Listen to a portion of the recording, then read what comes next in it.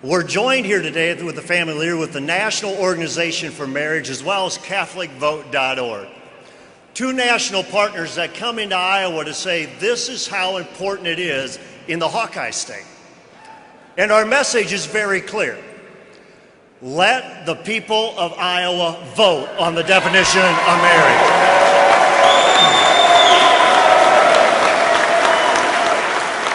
And in November 2010, we learned all over the state of Iowa, matter of fact, all over across the country, what happens when you tell the people your voice doesn't count. We have elections. And when we have elections, we change the Iowa House from Democrat to conservative control. When we have elections, you switch out the current governor and you replace him with a new governor. And in November 2010, when you had an election, you had a historic vote. And you voted out 3 unconstitutional judges from the bench. Everyone out where I was in the Beltway was saying, same-sex marriage is done in Iowa. It's done. The people are not going to throw out those judges. But guess what? You changed history. Well, in November 2012, there's going to be more elections. And we're going to let our voice continue to be heard. But we ask for those who are here because of our efforts to get them here, that you would stand up and you would recognize marriage and families. God intended it as one male, one female, one man, one woman, united in marriage. I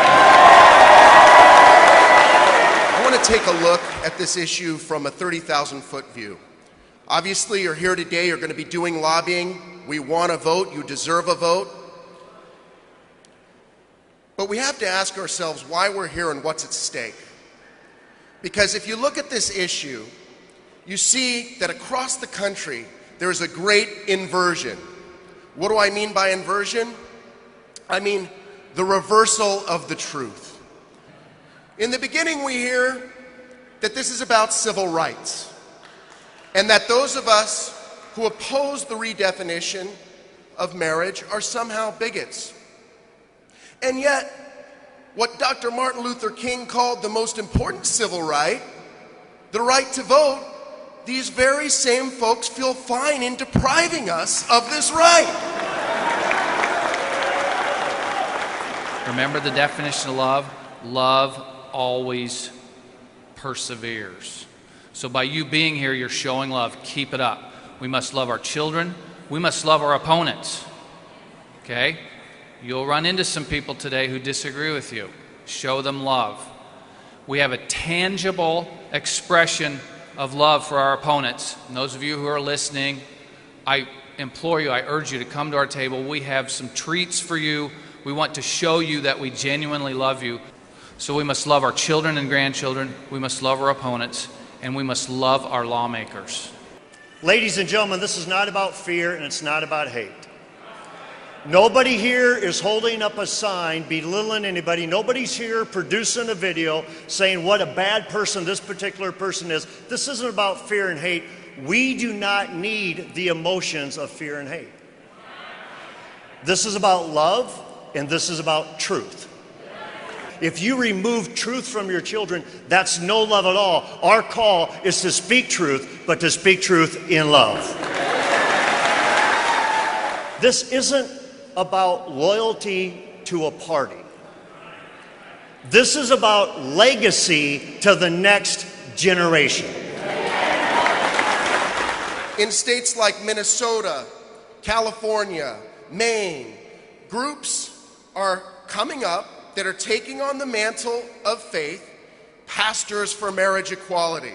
So you have to ask yourself, if these few pastors who are out there saying, let's redefine marriage, have the right in the public square, why don't we? How do we stand up against the great inversion? Well, time and time again, people of faith have been called to speak truth in love to power.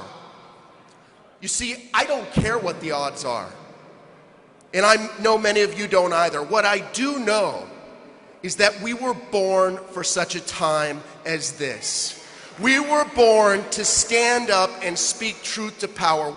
We need heroes, at a time like this. We need people who will not be shouted down, who will not be silenced, who understand that the truth is what is at stake in this fight, that the future of this state and this country are what are at stake, and that no matter what names we're called, we know we've all been called them, no matter what little we have to suffer, that we will resolutely stand up for God's truth, that marriage is by definition the union of one man and one woman.